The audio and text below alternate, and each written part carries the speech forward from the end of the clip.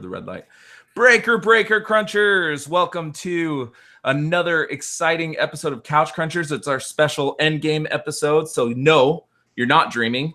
This is not normally when we're on the air, but so we just all four of us have gotten out of Endgame, and it's been awesome. So I am Lance. I'm so excited about Endgame, I can barely think. I am Lance, and with me is X, the gamer guy. Tyler, Captain Awesome. And joining us from the far off land of Japan, from the Comic Exposure podcast, because this was such a big movie, we needed help to talk about it. Mr. Travis Rats. Oh, thank you. First of all, I will say you guys do not need help to talk about this. As your listeners know, dude, I'm a big fan of you guys. Since we started listening, did that October month. I've been listening to Couch Crunchers every episode, and you guys do a lot of things well, but I do want to say I think you do two things really well. One, you curate news really well. Like, you do a really good job of like picking like what to talk about, and two, giving it just the right amount of time. Like, I never felt like something is not given enough shrift, and then I feel like when it's time to move on, and that's tough to do. Thanks, so, man. Well, thank you. You guys, really good job. And that website, if you haven't been to the Couch Crunchers website, go check it out. I'm looking at this thing. I'm like, wow, people are working on this like every day. So good on you guys. And Yeah, that's a large credit to Max and Sam, what is the movie mechanic. So Sam does some awesome articles. Tyler does a lot of cool articles. I don't contribute that much because I'm lazy, but but no, yeah, thank you, Travis. That's such nice no words. worries. And I got to say about your podcast, so you guys kind of do like a book club thing, right? Yeah. On comic books and graphic novels. Mm-hmm. And the other day I was working, I was painting my bedroom, and I binged like 7 of your guys' episodes. Oh, nice. You can just do the ones you've read. Yeah, it's yeah. It doesn't even matter if I haven't read it. You guys were talking about that one about the Giants. What was that called? Petite.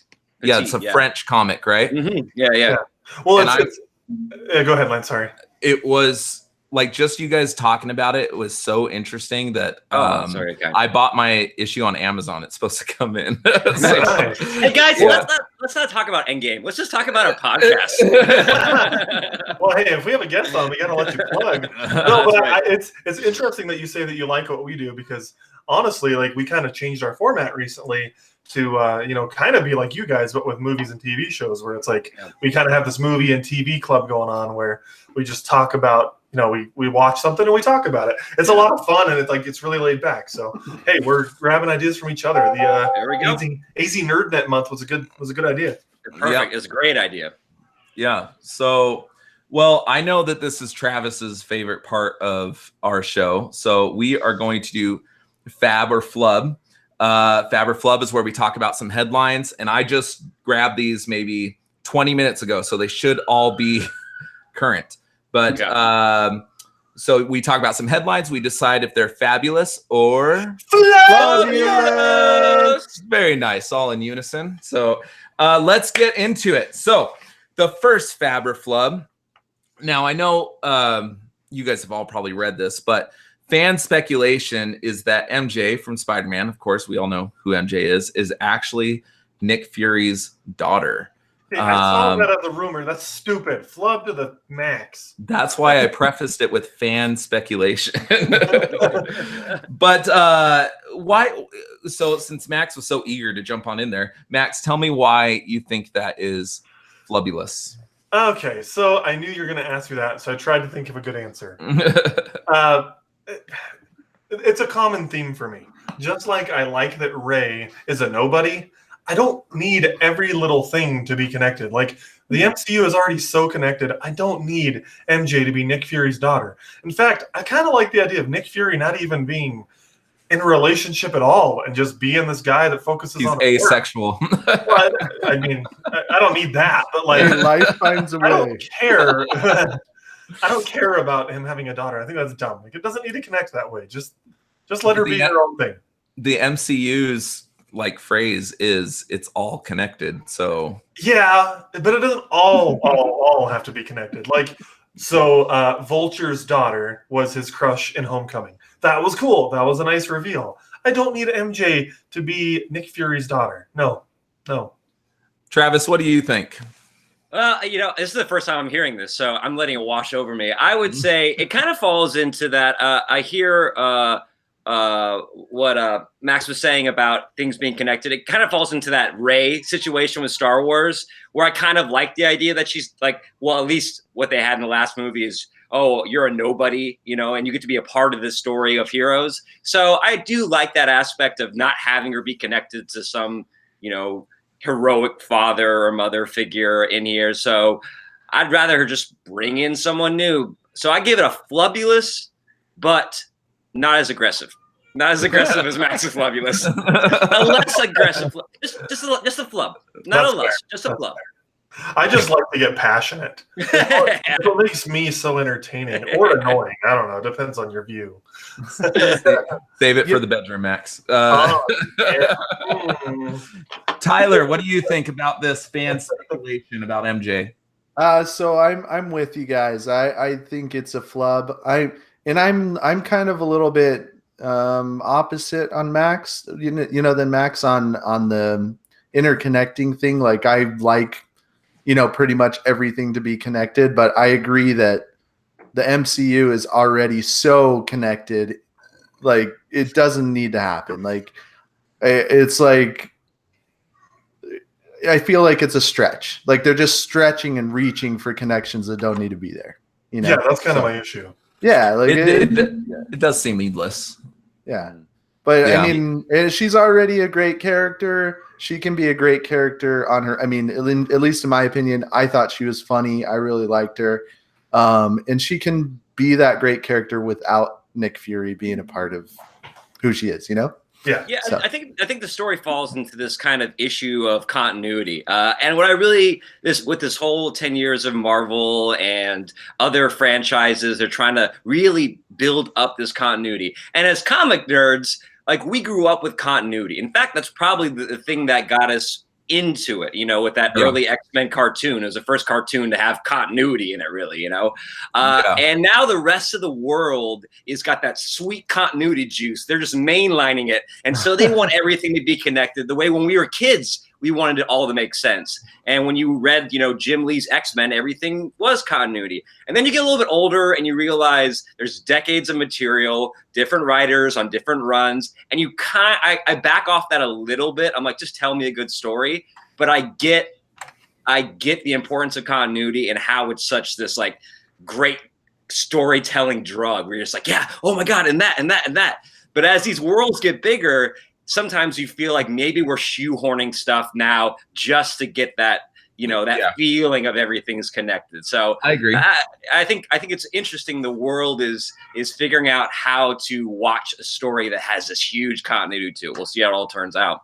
But at the same time, it is part of the fun, like guessing at stuff like that. Yeah. So I mean, I'm all for people coming up with ideas like this, but at the same time, I think it's a no-go. Like I would be like, I hope that's not what it's going to be, So see, I would like, I'm not against Nick Fury having a daughter somewhere. I just think it's kind of coincidence that it would be the only young black female in the entire series. Like that just doesn't make sense. Well, there is the little girl from Captain Marvel. Yeah. So she's not the only one. Yeah. I'm see what you're saying. The age of these heroes when they're having kids. We're going to talk about that. We're going to talk about that later in this episode. I'm like, Nick Fury should not have a teenage daughter. Maybe a granddaughter. Maybe. Yeah. Right. Yeah. He's like the David Letterman of Marvel Universe. Well, it's interesting you say that, Travis, because Michael, one of our listeners, just said that in the comments. He's like, if MJ's related, she would be a granddaughter or a niece or something. Like, yeah, exactly. I would hope.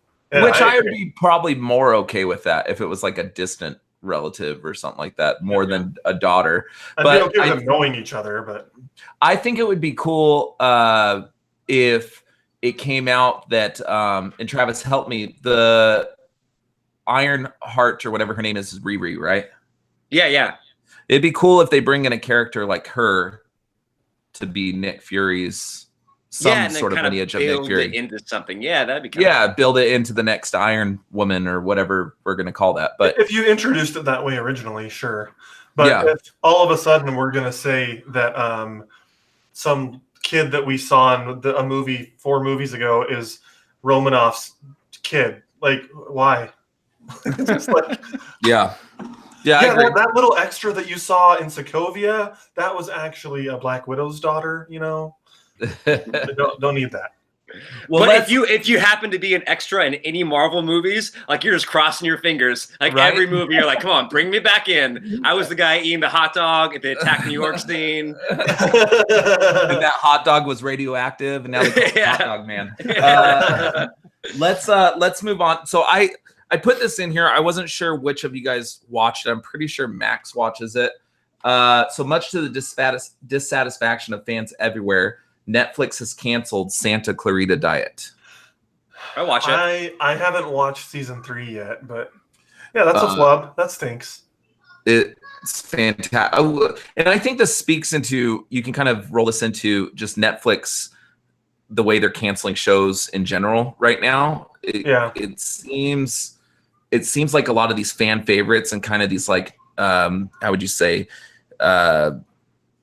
like Daredevil and all these Marvel shows were really kind of original. Santa Clarita Diet's kind of an original idea, but it's kind of like off the wall a little bit.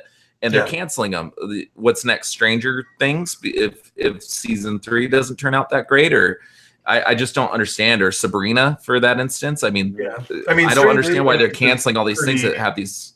Yeah, Stranger Things is unlikely since I think they've already filmed like seasons 4 and 5. Like I think they've filmed everything already. But yeah, no, I see your point. Like they're canceling these popular shows. It's weird. Do you think it has something to do with this Disney entering the streaming world, and everyone's it's kind of like, Thanos coming to Earth. Everyone's trying to figure out how to prepare for this, and like, what do we need? Clear house. We only need the hits. I think that's part of it. Like, I look at it as you see like Fox TV. They've canceled all these really cool shows that just didn't perform as well as they wanted them to, and I feel like that's kind of Preacher. They're canceling Preacher for that show. Yeah, and it's not just Fox, but like Fox is one of the biggest culprits. They've canceled a lot of really good shows, and I think that Netflix is starting to become the same thing. Like, hey, you didn't get millions upon millions of viewers from day one, so we're just going to cancel you. When like another network like the CW will keep the Arrowverse shows on that are getting way less viewers than some of these other shows that Fox, for instance, or ABC are canceling. Well, that's because CW. I feel like CW is okay with having. Yeah, the CW is kind of okay with having low numbers because they've always been kind of like, there's like the 3 big broadcast networks or 4 big, and they're like the side thing. So where a high performing show like Supernatural, I think is CW's highest performing show, gets 3.7 million people. That's chump change to, what ABC could pull in with, like what the Agents of S.H.I.E.L.D., Blacklist is getting in on CBS or something. Or Lance, did you just call CW the side chick of basic cable? It lives in the world between ABC and like TBS. That's where CW is. I mean, you'll take her out on a few dates, but you're not going to marry CW. Is that what's going on here? Right. Well, you're not wrong though. I mean, Netflix is essentially the powerhouse of the streaming world. I would say like DC Universe is more of like the side project, and Disney's obviously going to be in that mainstream as well. And I think that's kind of where you're at. Like where Titans could get half the viewers that Santa Clarita got, and they're probably going to stay on the air. Netflix is going to start canceling stuff that isn't performing as well as they want, and it sucks. I'm glad that you said that about Stranger Things though, Max, because I was about to like freak out about unsubbing my Netflix. Well, yeah, they already filmed like seasons 4 and 5, I think, back to back with season 3 or something like that, or maybe it's just season 3 and 4 were back to back. But they've already announced that they're going to be ending the show after like season 4 or 5, but they've filmed all of it already because they wanted to keep the actors young for the filming. Ballsy but once move. That ends, what's keeping you? Go say that again, Travis. I said it's a ballsy new move by Netflix, considering I just got a notification that they've raised their rates again. I had to like confirm it, like 2 days ago. It was like, I don't know if it's maybe here. It was like $15.99 now. It's like I had to click Oh we're raising it, Yeah, and I'm like, 4K. don't cancel stuff, and then the next day, like say we're raising it, you gotta give me stuff and then tell me. You gotta right. Yeah, it went up $2 a month. So like for the 4K plan, instead of $15, it's like $17 a month or something like that. What? Yeah. And meanwhile, Disney's coming in for $6 a month. Yeah. Like, I think Netflix is shooting themselves in the foot. I really do. Like, if Netflix needs to make a big splash and like link with like CBS All Access or something, like they need a big splash. The Office is being pulled from Netflix. It's going on NBC's streaming app. Friends is in danger of removing themselves every other year. You know, what's Netflix going to have once Stranger Things is finished? They don't have Marvel properties, and well, they've got loads of originals though. Like, it's a different ballgame when you have enough originals on Netflix that you could take everything else off. Like, honestly, I don't watch anything on Netflix but their originals. I'm not going to cancel Netflix because I love their originals. I don't care to watch reruns of Friends. Yeah, but when I first got Netflix and was watching their originals, I always kind of got invested with their originals because I thought for certain they would give these shows like a second and third season. Yeah. For instance, there was a show about the high school kids. I think it's called like it was a show about high school kids. I don't remember the name of it. It escapes me right now. But it was a fantastic show. And before I even got done with the last episode, they announced they canceled it. And I'm like, well, you just wasted my time. Like, yeah, that does. It was the first time I ever saw that they put out a show one season and canceled it. Was that that 90s one where there was like about the night? Yeah, that was a great show. I was on that as well. Really good. It reminded me a lot of Freaks and Geeks. Those Japanese dogs are loud. Don't put that on me. No. Don't put that on me. That's my dogs, actually. Really? Oh, okay. Japanese dogs are the most silent. They're trained with discipline. You no talking now. We really put them in their place here. Could they wield a samurai sword and take us down? They can. I'm pretty sure that they have dire wolves out here. Oh, nice. I'm pretty sure that some people eat them there, don't they? Yeah, I think you're thinking of different Asian countries. It's not a developing nation out here. I'm an ignorant American. I just live within my from the country that brought you Mario and loads of technology. They also eat dogs. Tamagotchi. Well, Tyler, what do you think? You haven't said anything about this yet. I don't know, man. I mean, I think I don't have too much of an opinion on the show. I know my wife likes it, so I guess it's a flub. Dude, it's got Nathan Fillion in it. How have you not watched it? You have a man crush on him. I do have a man crush on him. So I think that was the other point I was going to make. It would be a slight flub slight fab because the more that he's freed up to do other like cool projects rather than just being a talking head in. Let me touch on that real quick. It's no longer Nathan Fillion. Yeah, it's his other boy, the other Firefly guy. Yeah. So is that who it is? I think it is. Yeah. Okay. Please, so the third season. Don't spoil it for me, please. Well, it's not a huge spoiler, but I have to explain why it's a different actor. So they basically Nathan Fillion starts decomposing. So they don't ever tell you that it's like in the first episode you figure it out, like the head decomposed. So it's still the same character, it's just a different actor. Interesting. So it's a flub. Flub for me. Tyler's like, no Nathan Fillion, F that show. Yeah. I mean, he's on fab that they're canceling it. Fab that they're canceling it. All right, let's get on to the next thing because I got some big things. Travis told us we don't stick on things too long, so we gotta. I was timing it. We're good. The next three things are all Disney related. So it's reported that the Dark Phoenix reshoots changed the ending from seeing the team in outer space to being on a train. So I don't know if this has something, if they've reshot it to kind of tie it all together and just put a nice little bow on it and finish it out. But originally they were supposed to be in outer space. and now they're on a train. For the end of the movie, or just in general? For the end of the movie. The I ending. hope it's.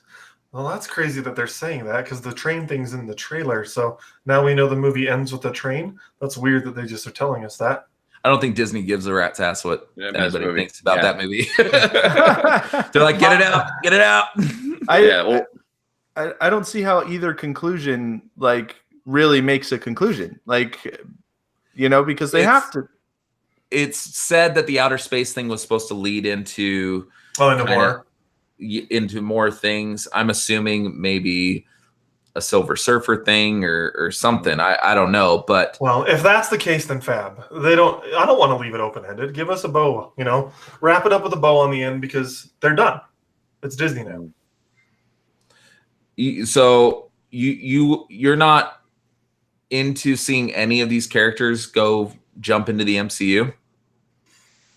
I think that it would be very confusing for viewers that aren't as like into it as us. I think you're better off recasting everybody. As much as I'd love to see Michael Fassbender as Magneto and why am I blanking on his name? But Professor X, James the Cowboy. Yeah, but otherwise I don't really know that I care. I think Sophie Turner is awful as Jean Grey. But yeah, and I'm kind of done with Jennifer Lawrence as Mystique. So I start over. I think she is too. Yeah. Have you noticed that her skin is getting like lighter and lighter and lighter blue as every movie goes on? Like, yeah. But and I understand it irritates her skin, but I'm just like, okay, you look different every time. Yeah. So basically, the consensus is fab. Is that what I'm hearing? I heard that they're making it a train. It's supposed to be like a metaphor for the whole train wreck that this movie is going to be. So they wanted to like leave it on a train wreck. No, but I like what Max was saying there about like if you had to reshoot it to put a bow at the end of it, then yeah, I'd rather have kind of an end piece to this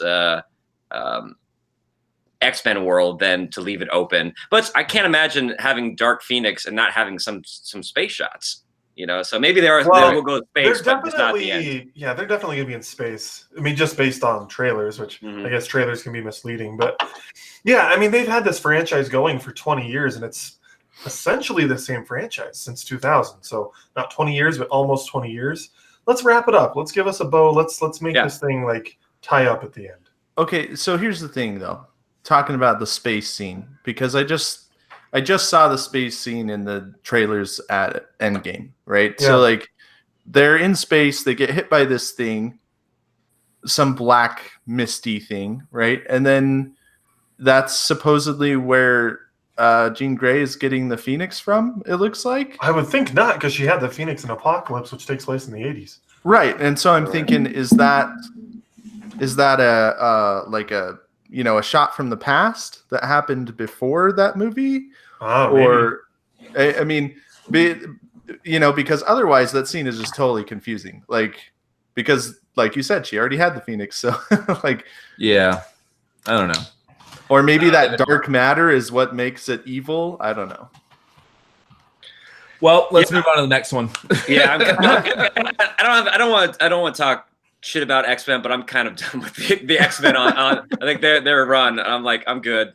I can use a couple of years breather before they bring them into the Marvel universe too. I'd rather have the Fantastic Four in first and then spend some time with them, and then you can bring in mutants. But and that's saying something. Yeah, I would love to see Fantastic Four join the MCU. I think that Mr. Fantastic could really fill a void from somebody in the movie. Yeah, I agree. Died. Yeah. But we'll get into that in a minute. Let's see. So Elizabeth Olsen says WandaVision may take place in the 1950s or have a 1950s feel, whatever that means. So basically it's going to be a time piece show, which I don't know if that's meaning that the Pym particles are going to be used or what's going to happen, like how are they going to go back to that time, or it's really weird. So I don't know why she's saying this. We're currently trying to steer clear of Endgame spoilers, right? Until we get to that section. So just keep that in mind with our responses. Okay. Okay. All right. So let's move on to the next one. So, well, no, like we can talk about this. Yeah. I'm just saying. why don't we just talk about this when we start getting into spoilers? Okay, that's fine. Yeah. So we'll save it to the end. So let's move on to the next one. So Avengers Endgame home release could include special behind the scenes of every Stan Lee cameo. Oh, I'd love that. That's fab. Cool. Great. Yeah. Fab. I mean, Yeah, it doesn't cost anybody anything. It's just like an extra thing in there. Yeah, I love it. Yeah, if you say flub, you don't have a heart. Or you're is it Kyle from Absolute Geek that doesn't really like Stanley? I can't remember which one it is. I say throw in just regular like candid shots of Stan just doing regular household stuff, like when he was washing his car or like all that stuff. Just like 4 hours of Stan. I'm okay with that. I would love if they. So I saw this online, and I think it's a brilliant idea. But now that Disney owns Deadpool and Ryan Reynolds, that Deadpool kind of carry on since he breaks the fourth wall, anyways. Mm-hmm. Did they own Ryan Reynolds? Essentially, they bought Disney him. Owns everything. Yep, they own his ass. So let's see. So just have Deadpool kind of do these cameos from here on forward. Maybe even have Deadpool in the full suit and like put like a Stan Lee mustache like over his mask. That'd be fantastic. I actually would be totally down with that. I would love that. But okay, so we'll go back to the Elizabeth Olsen thing. We have to say this. We are going to get into extreme spoiler territory. So if you've seen Endgame, this is kind of like a therapy session, if you will. So we're going to talk Endgame from the very, every kernel. We're going to kind of dig into it. So if you have not seen Endgame, watch this later because you will not be happy with us. So, but now saying that, we'll give everybody a chance to turn off their YouTubes. Now saying that Elizabeth Olsen says that this her show might be set in the 1950s. We know from Endgame that the Pym particles and the quantum realm are used to time travel, essentially. Yeah. Thanks to the little bracelet thing. I'm wondering if Elizabeth or Scarlet Witch is using that to get Vision before he dies, and then they retreat to the 1950s where no one can find them, or is this just a classic misdirect, MCU misdirect? What do you guys think? The WandaVision thing, like being in the 50s? Yeah. I don't understand it. Go ahead. Yeah. It could be a misdirect. I get that. But I also don't understand Wanda's powers. Even in the comic books, Scarlet Witch, I'm always like, she's just nebulous, like, energy powers and can levitate things. But you had that whole big House of M, event in the comics years ago. So she could just, like, maybe, like, she's like Dream of Genie, just, like, snaps it back into time. Like, I don't, like, yeah. I don't know. It seems I think it's a misdirect, but I mean the technology is there. I mean we saw that in Endgame that they can time travel. So the only thought I had, and this doesn't hold up, is Jarvis is based on a real person from the 50s that we saw in the Agent Carter show, and actually had a brief cameo in Endgame if you noticed that. So I don't know if like that could be part of it, but I don't know. Interesting. His cameo, and I know I'm totally going off base here, but they had his cameo from Agent Carter, right? Yeah. But they used John Slattery's voice. No, who plays Tony Stark? Howard Stark. They used, but they did not use the guy that plays Preacher. What's his name? Cooper. Yeah, so the guy that plays Preacher is Howard Stark in the Agent Carter TV series. Right. Oh, okay. Gotcha. So they chose to call back from the show Jarvis's actor, but they didn't use whatever the guy is from Preacher. That kind of was weird to me. It was Dominic Cooper. Yeah, Cooper. He was in a movie. Didn't he play briefly in one of the movies? Because I don't watch Agents of S.H.I.E.L.D. Didn't Dominic Cooper play Howard Stark or someone in? Yeah, he did in the first Avenger. Okay. Yeah, that's what that is odd that he wouldn't like bring it back on board. I'm sure he must have been a commitment issue. Well, John Slatter, is it Slattery? I think that's his name. He played. So, hello, Lance, you're cutting out there. I think we lost him. Uh-oh. Tony's watching. He's vanished. Oh, You turned to dust there for a second, Lance. Oh, me? Yeah, I had to snap my fingers, bring you back. Okay, what was the last thing you said? you said something about John Slattery. Tyler Okay. was getting bored with the conversation. He's like, "Nope, you're out." So Tony Stark was watching a video of John Slattery as Howard Stark with a 3D diorama of the town that he was building. I forget what movie that's from. So they used him for that, but then used Dominic Cooper for other things. Like it was weird. I think they were trying to be more with continuity in movies because yes, Howard Stark's the young one in First Avenger, but you have John Slattery in Iron Man 2, Ant-Man, Civil War, and now this one. So I think it just made more sense to use that guy because he's been in 3 movies as Howard Stark. That's true. Okay, so I took us off base with that. I love how we enter the end game conversation talking about the cameo of Jarvis. It's this 3-hour epic movie. You're like, but that butler though. All right, okay. So where do we want to start with this? There's a lot to. You want to go macro about the experience, or do you want to go micro about specific things and characters that happened? Let's first go macro. So let's talk about the overall experience of the movie. So we'll start with Travis since he's our guest. Oh, such an honor. I'll launch right into it. So I went to go see it last night, and we're going to talk a lot about it. But I will say I left feeling so fulfilled and just so happy, not just about like what they've accomplished, but about film and comics in general. I got to sit through 3 hours of a packed movie theater, people of all ages, kids, middle-aged, men, women, everyone's in this theater, and everyone's having a good time watching this movie. And when I was a teenager, I used to go to our little bookstore, and I'd go to the comics section, and I would make sure that no one I knew was in the bookstore, and then I'd look at comics. And if someone came in, I'd pretend like I was, I don't know, like looking at porn or something. And that's because less embarrassing. Yes, it's less embarrassing. Like why comics and porn are in the same store. It was on a military base. It was a very small bookstore, and it was really cool to see.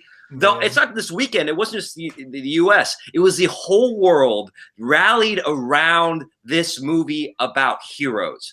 And when we were, like, at least when I was growing up in the areas I grew up in, it's not something you talked about. Like, I didn't tell my friends that I read comic books because everyone's like, those are silly stories. And now these silly stories are uniting the whole world for one weekend, and everyone is going and just getting like.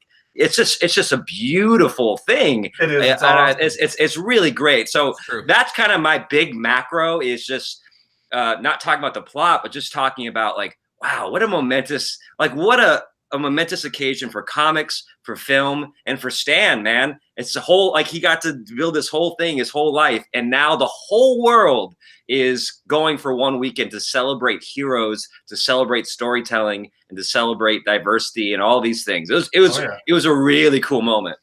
It's totally true how our culture has changed. Like at work, I'm talking to anyone who will talk to me about Endgame, asking them if they're going, asking them if they did go, what they thought. Like people that aren't traditionally nerds, not as like into it as we are, but everyone is somewhat interested in this movie. So I love that. I think that's awesome. I totally agree with you, Travis.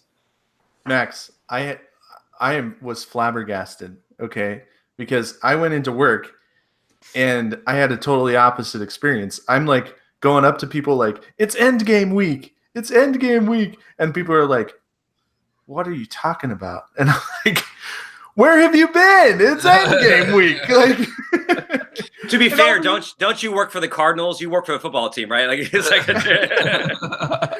it's like what is going on? Like, why does nobody even know what I'm saying? Yeah, that's weird. It might have helped that my company put on an event Thursday evening to go watch the movie, and all of us employees got to go for free, and then just had to pay for any guests that we brought. That probably helped the fact that like my entire site, like hundreds of us at our company went to go watch it Thursday night. But yeah. Did everyone? Let me ask you a question. Did everyone see all the Marvel movies in a theater, or did you do like home release and stuff like that? Did you pay to go see?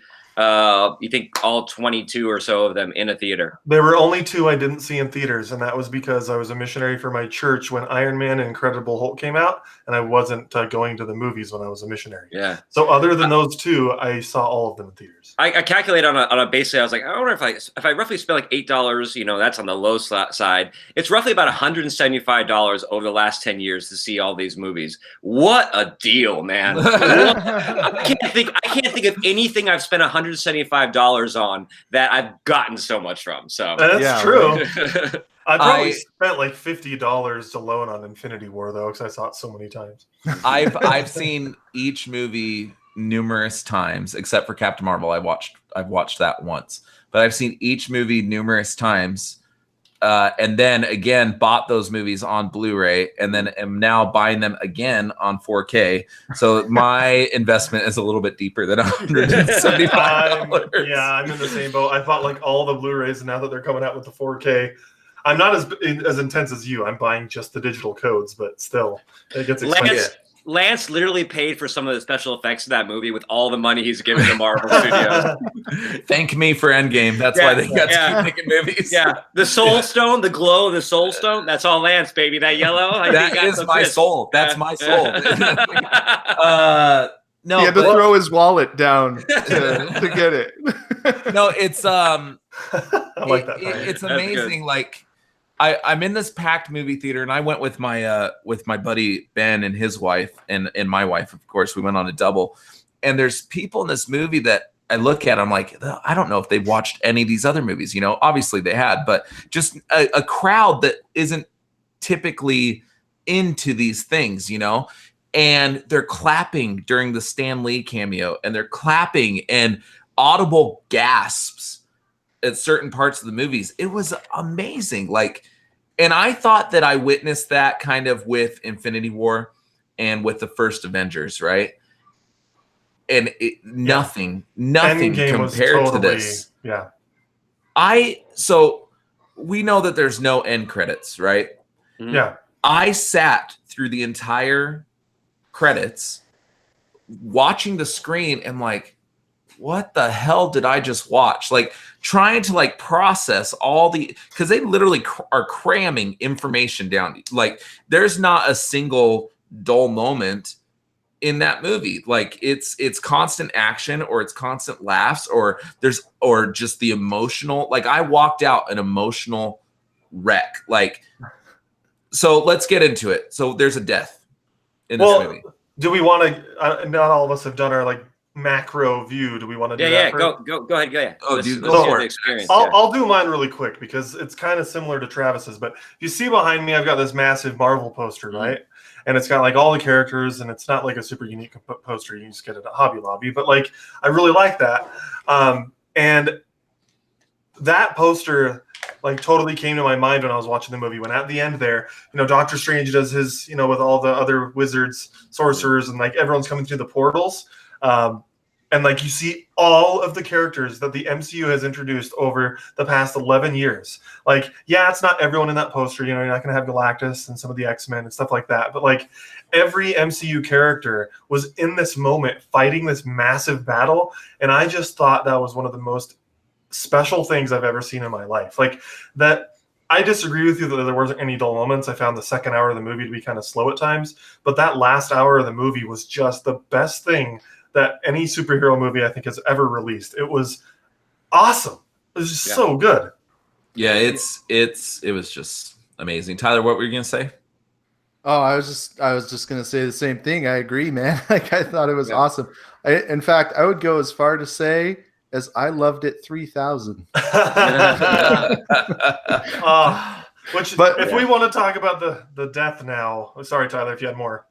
Well, I was just gonna say, I personally I'm the kind of person that's I'm never somebody who's really one of those people who's confused about his feelings. You know what I mean? Like, I am a straightforward person, and I know what's going on in my head. But like after this movie, it was just like I had this mixture of like extreme excitement and then also like this extreme somberness like at the same time, and I didn't know how to feel. I was just like, I like wanted to like yell like that was amazing, but at the same time like holy crap, like what? It's a flood. It's a flood of emotions. You don't know what to feel. Like, there's deaths in here that are satisfying. One is more shocking than the other. There's another character's ending that is satisfying, but you're still like, wait a minute, I want to see more of him. Yeah. But I'm totally pleased with. Oh, cutting out again. Finished. I'll just finish for him. So let's just say it. Let's just say it. The MCU is going forward without Robert Downey Jr., Chris Evans, and Scarlett Johansson. Mhm. I don't even know what a world is like where the MCU doesn't have these characters in it. Like it, Yeah. I still don't know how to put it into words, like what I'm feeling. Well, do you want to talk about those 3 deaths and talk about like what the most powerful one was? Like before we talk about like the what happens after this universe, like what did you think about so let's take Black Widow first. Well, how did you think about her exit? So I have never been a huge Black Widow fan. I loved her in Iron Man 2. She was one of the bright spots of that movie. They were very hard to come by. And she's had moments, but it's never been a consistent thing with me. Mm-hmm. I cried like a little bitch, like no joke. Like the relation. So Hawkeye and her have always kind of seemed not fully like dimensional, I guess you could say. And that scene right there like made them seem like people, like these were the most normal people in this team, right? They had no powers. They just had some skills, right? They're the most normal people in this team. And yet they had the least amount of personality. Human, right? They're the least human of right. Yeah.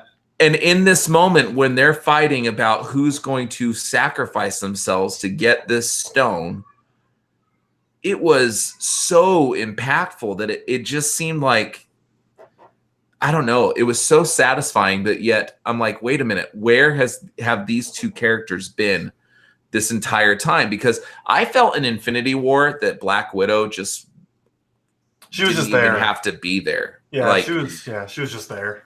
At times it felt like they needed a female counterpart on the team, and that she was there to just kind of fill a void, but in this movie, it's completely different. When you see her, she's sitting in her office. It's 5 years have passed, I think, right? And she's talking to the holograms of all the different team members. And you see the pain in her face. It was honestly her best performance I've ever seen, Scarlett Johansson. It was really good. It was really good. And I just left so satisfied. I don't know. Do you guys feel the same way? Not exactly. I feel similar, but I think that I think she started off not greatly developed, but Avengers Age of Ultron, I think one of the best things about that was humanizing her so much with like seeing her backstory and how much, Hawkeye's family loves her and stuff. But I agree so much that Endgame really did a great job with those 2 characters. In my review that is spoiler free, but I mentioned them specifically. They were one of my favorite parts of the movie. Their interactions were just so palpable and real, and you could tell that they love each other. Like, there's originally in the first Avenger movie, we thought probably, most of us probably thought, oh, they're going to be romantically entangled. They have feelings for each other. Come to find out, they're just best friends. They're brother and sister. It's a sibling. It's a sibling relationship. Almost. They're brother and sister, and it came across so well there, and I loved it. I'm really happy that it was Black Widow that died, not because I dislike her, but because like Jeremy Renner has a family. Come on. Right. Don't let him die and leave his kids and his wife. Well, that's what made it so like real too is the fact that she did this so selflessly. Like, Jeremy Renner's like, I'm a piece of shit. Like, I don't want my family to see like this. Like, it kind of had like a selfish thing to it. At the same time, he was trying not to let Black Widow die. But it was all about, look at all these things that I've done. I'm horrible now. I shouldn't deserve to live. Whereas Black Widow's like, no, you need to be there for your family when we get them back. Like, she was so sure that they were going to get them back. Yeah. And you need to be there for your family.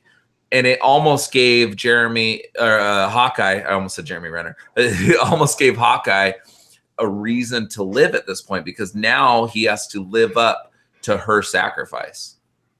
What about those other deaths? What do you think is the most impactful of the three? I think easily. Which one you thought? Iron Man? Yeah. Well, I mean, because Captain didn't die. You know. Yeah. He's dead to me. He's dead to me. He's pretty much out. You know. Yeah. I thought his was the best. Captain America's ending. I thought Tony's and Steve's were like equally good. But I was really happy that Steve got a happy ending and that he didn't just die. Like, it would have been cool to see him die in battle, and I probably would have been cool with Thanos killing him. And as I was watching it, I thought Thanos was going to kill him. But when he broke his shield in half. But ultimately, I'm so glad what happened.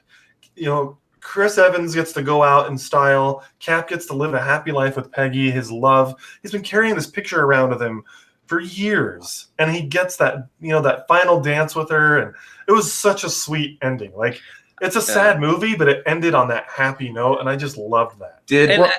Go ahead, Travis. I was going to say, we live in this culture, this kill character culture, and I think a lot of the speculation was which characters are going to die. And I kind of got fed into that too, and I forgot there are other ways to give a character a conclusion and not have them be in other things. And so when this happened, I'm like, oh, right. There are other ways to end a moment with a character and not kill them. And I think, I think Game of Thrones started with our, Ned Stark, and, Walking Dead a lot of times. We live in this, like, if an actor's leaving or a character we can't afford anymore, we kill him. And so it was really great to see that same catharsis, but without the character having to die, Yes. But also not being, most likely not being able to be brought back in a way. So, like, you do have that conclusion. I thought that was really smart storytelling. I think it's cool because it opens the door to maybe have him do a cameo later or something like that. So it doesn't completely shut that door, but his story is finished at that point. Mm-hmm. When you guys were watching this and speaking to Iron Man and Captain America specifically, did anybody notice that? So Tony Stark, throughout the entirety of this saga, has been a completely selfish character, and Captain America has been selfless, right? That's why these been a big theme, he started selfish, but Avengers, he's always been kind of but he's always been like, what about me? Like he's always had this in his. He has selfless aspects to him, and he would have to do what he did, but he's always been the selfish one. Captain America's been the selfless one. Yeah, Captain from the start was jumping on grenades for his fellow soldiers. Yeah. And the deaths and the exit are switched. Tony Stark dies being completely selfless, knowing after he just saw the Hulk try on the gauntlet and almost kill the Hulk, he puts the stones in his gauntlet and it kills him. And it's the most selfless thing. Like, he had a daughter back home and a wife waiting for him. Captain America didn't have that, really. Didn't have those things. Tony Stark had a future, and he put it all on the line to save mankind, whereas Captain America could have come back to the present and kept fighting and kept protecting the world and just being selfless. But in that moment, he's like, you know what? I want what about me? I want my happy ending. I put that in my notes as on my first viewing. One of my favorite devices is Tony Stark has a daughter. in this. I thought that was brilliant.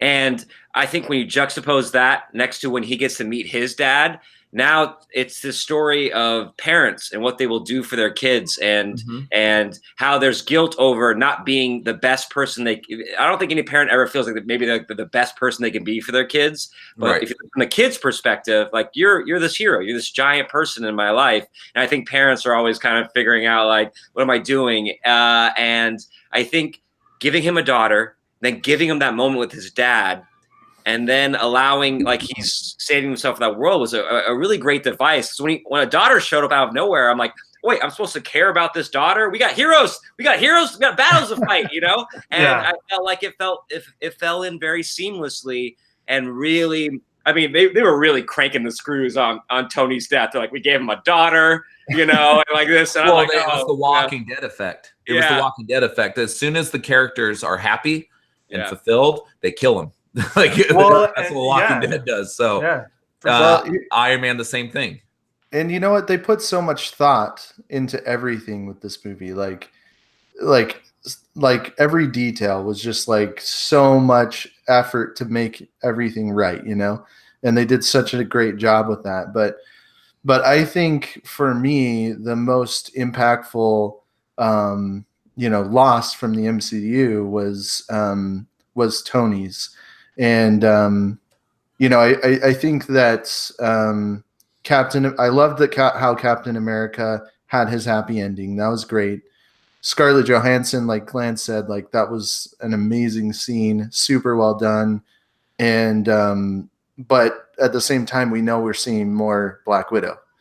And with Tony, the thing that was really big for me was it was like perfect that Tony was the one who kind of started this whole story, and he was the one who ended it, you know, like he was the one who brought it to its conclusion. And I thought it was very fitting that they did that, and that he was the one to take the reins and end it. You know, so. I love that too. Like, some people say that the line when he says "I am Iron Man" and then snaps is cheesy, and it is, but it was perfect too. I love it. Yeah, that. I don't think they're like it was kind of a Martha moment, like I felt like, but not that bad. In hindsight, though, no, it wasn't that bad because I didn't, want to leave at that point. But it was kind of. It was a callback for sure, but it felt so fitting. Like I get that it was cheesy, but you know what else is cheesy? The Hulk sitting in a diner, like eating a massive breakfast, selfies. Yeah, or the girl power thing was cheesy, or saying Avengers Assemble was cheesy. There's plenty of cheesy stuff, but that doesn't mean it's bad. Yeah, it's not cheesy's not always bad. Yeah, So I mean, we all love quesadillas. Cheese is good. Well. So you guys were talking about something earlier, and I wanted to make sure I gave Tyler a chance to say his thing before I responded.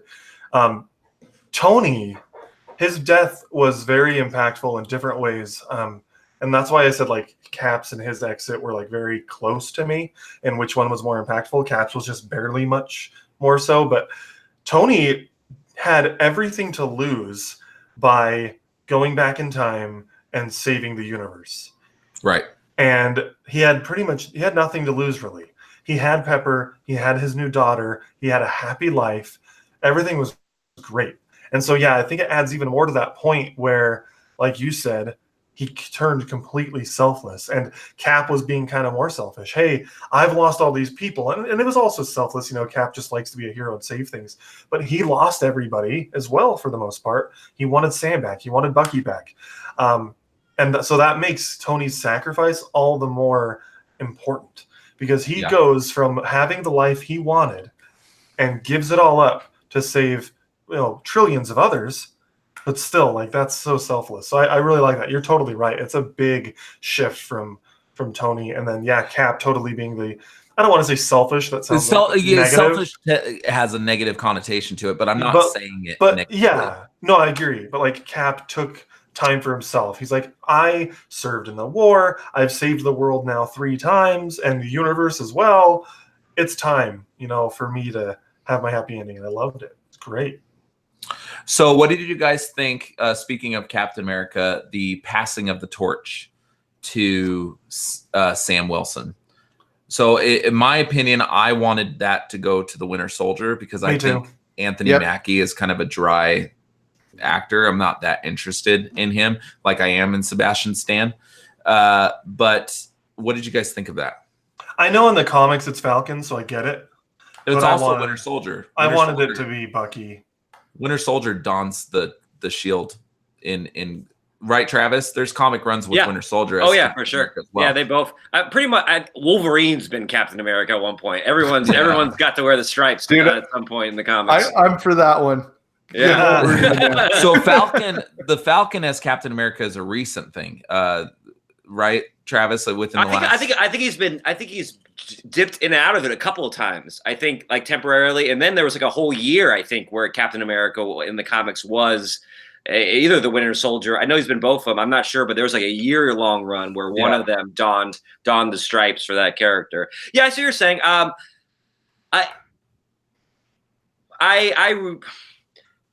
can't at this moment.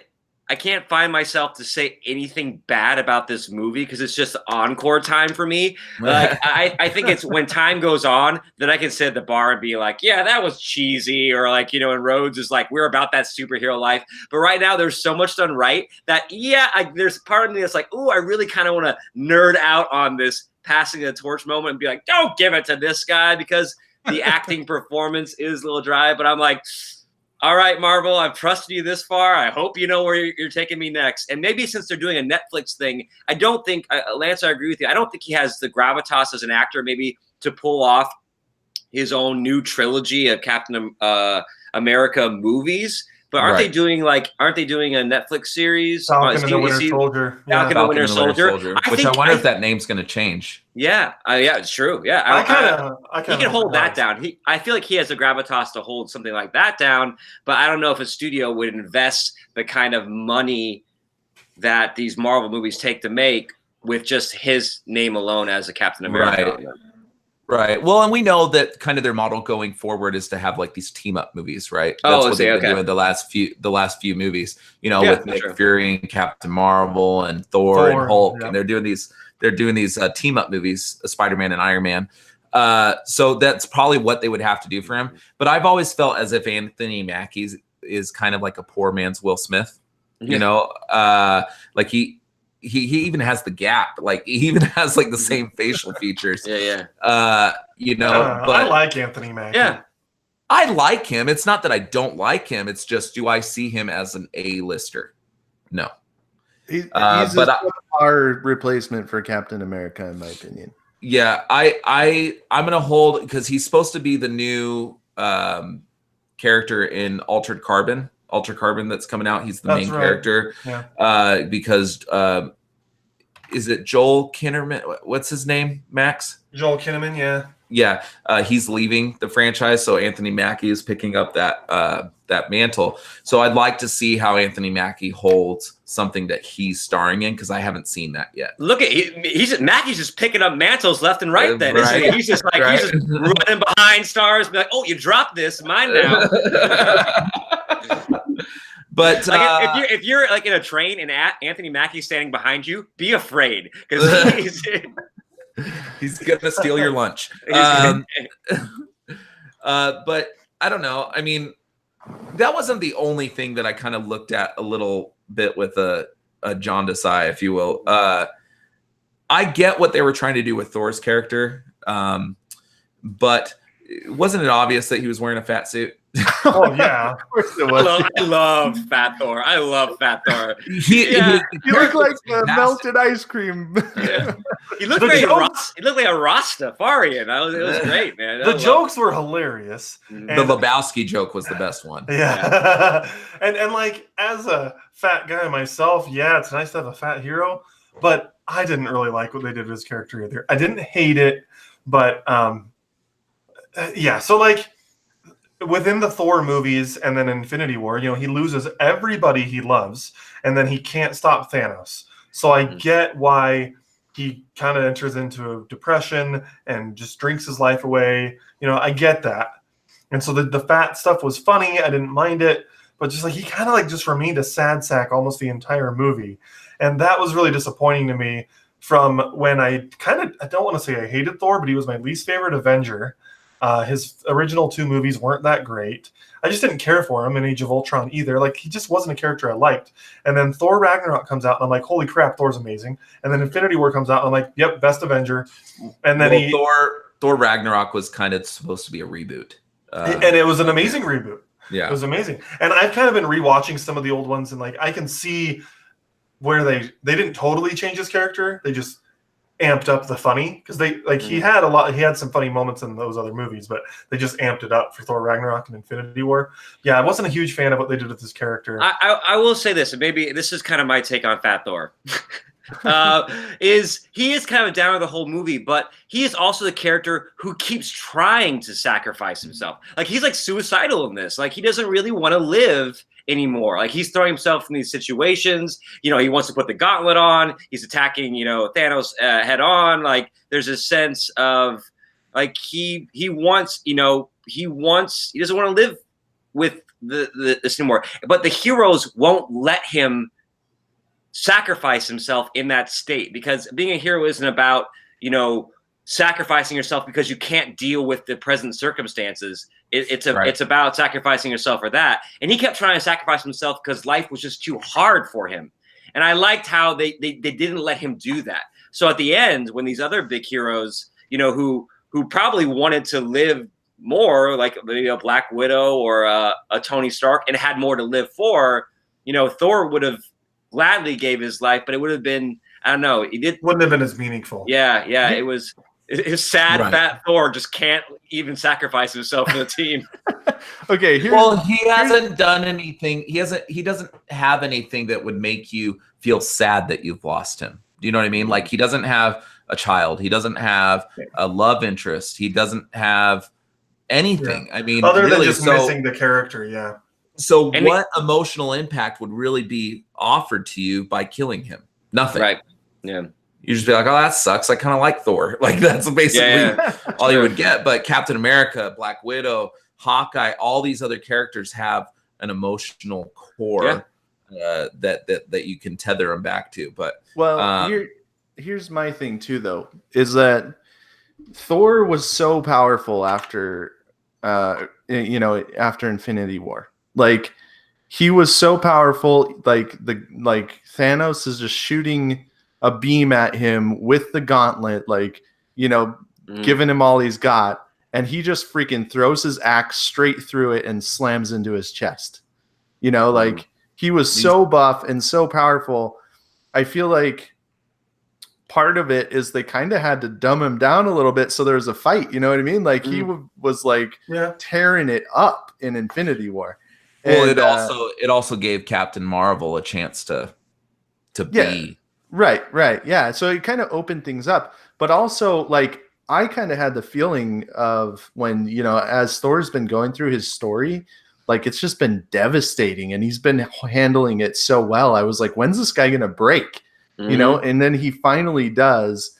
And I kind of liked that he didn't just like snap right out of it. You know, like, he had to like have his moment. He had his nostalgia moment with his mom, and then he finally is like, I'm ready to do this. You know, like, there was a reason why he came back and was like, you know, the hero again, instead of just like, okay, you guys need me, I'm good again. You know, like, I think on a second viewing, I like what they did with Thor better. It was just on my first viewing, having changed my opinion so drastically about Thor, I was just disappointed. I wanted badass Thor. I wasn't disappointed in the character that he was playing. I'm just saying that it seems like they spent all their money to make Hulk, Captain Marvel, and all these other people look awesome, but yet it looked like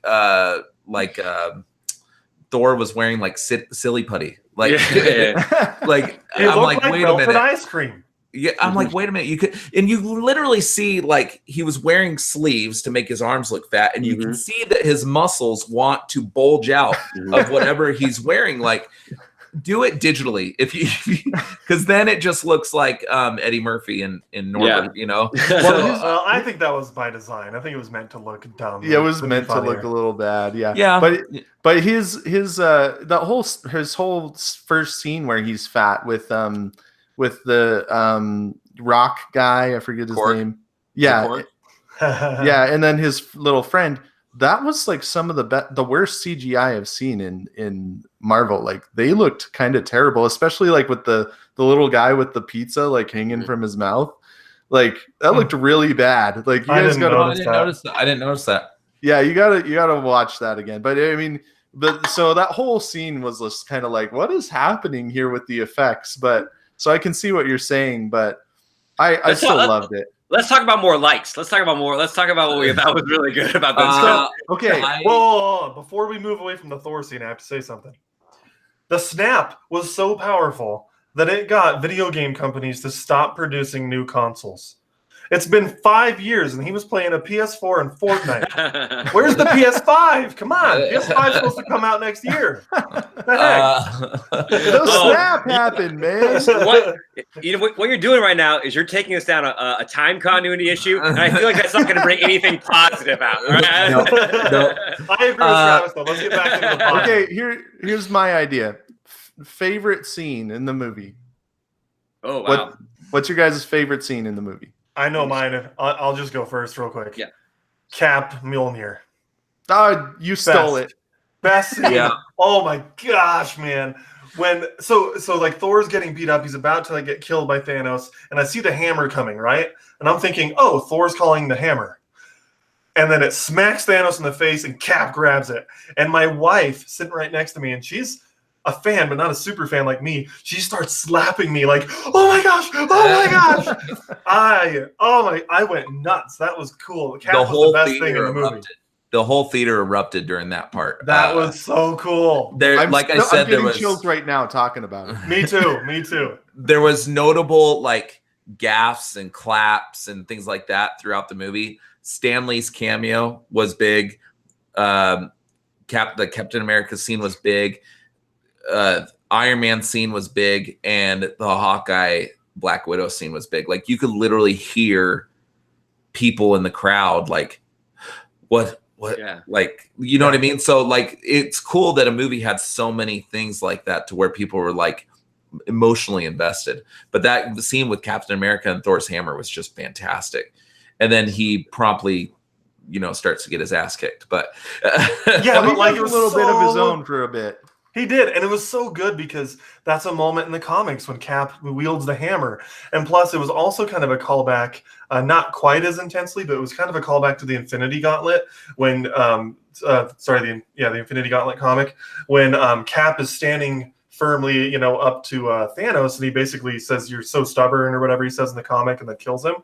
There was like a moment where Cap is kind of standing with his chest puffed out, and Thanos is kind of like 50 meters away or something like that. But it was kind of a moment where like he's talking about how stubborn Earth is, and Cap is kind of there representing Earth, and I don't know. To me, it felt like a callback to Infinity Gauntlet, and I just thought that was really cool. Well, I love Thor saying, "I knew it," Yeah, because he was the only one that kind of noticed that in Age of Ultron that Captain America got that hammer to kind of shift a little bit. But I'm trying to figure out why he wasn't worthy then and he was worthy in Endgame. Well, I'm wondering if he just wanted to not make Thor look bad and didn't lift it up, like because he's a good guy like that, I just kind of thought maybe he's just like, like, oh, I can lift this, but I'm not going to. I was a little disappointed that, we saw the Avengers, when they go back in time and they go to the first Avengers, there was plenty of chances to show Agent Coulson, and he wasn't in that movie at all. It's true. Oh, you're right. That was one character that was missing. That's too bad. And he didn't even get credit. How they were given credits to all these people at the end of the movie that have played a role. I mean, Colby Smulders was in there as Maria Hill. She wasn't in this movie, so I don't understand why. She was at the funeral scene. She was standing in the funeral scene, but that was it. Yeah, was she? Yeah, she was in the back there by the Agents of S.H.I.E.L.D. group. Yeah, she was had there. like a little group. Yeah.